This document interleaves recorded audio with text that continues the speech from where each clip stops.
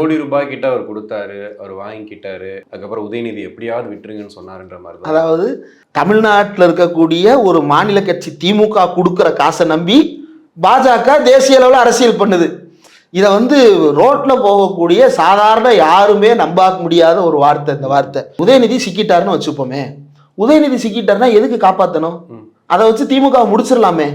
2011 எலெக்ஷன்ல திமுகவை ஆளுங்க ஆளவே முடியாத அடிக்கு வீட்டுக்கு அனுப்புனாங்கல்ல, அதே மாதிரி வீட்டுக்கு அனுப்பியிருக்க வேண்டியதானே எலெக்ஷன் நடத்தி. ஏன் நடத்த முடியல? எனக்கு புரியவே இல்லையே சார். பாஜகவினுடைய நோக்கமே தமிழ்நாட்டில் திமுக இல்லாத பாஜக ஆட்சி அமைக்கணும்ன்றது தான். அவங்க எதுக்கு திமுக கேஸ்ல இருந்து காப்பாத்துறாங்க? எடப்பாடிக்கு முதலாளி மேல சந்தேகம் வருது, நேரடியா கேட்கணும். அதை இப்படி மறைமுகமா கேட்கிறாரு அப்படின்னா அது எனக்கு புரியல. உங்களோட கூட்டணி வச்சிருக்கிற கட்சியவே இப்படி சந்தேகப்படுறீங்களே, இதெல்லாம் நியாயமா எடப்பாடி? நீங்க தான் சொன்னீங்க நாங்க கூட்டணி வச்சுட்டோம்னா கூட்டணிக்காக என்னமும் செய்வோம்னு. எப்படி சொல்லிட்டு இப்படி சந்தேகத்தை கிளப்புறீங்களே, இது சரியா? தர்மமா?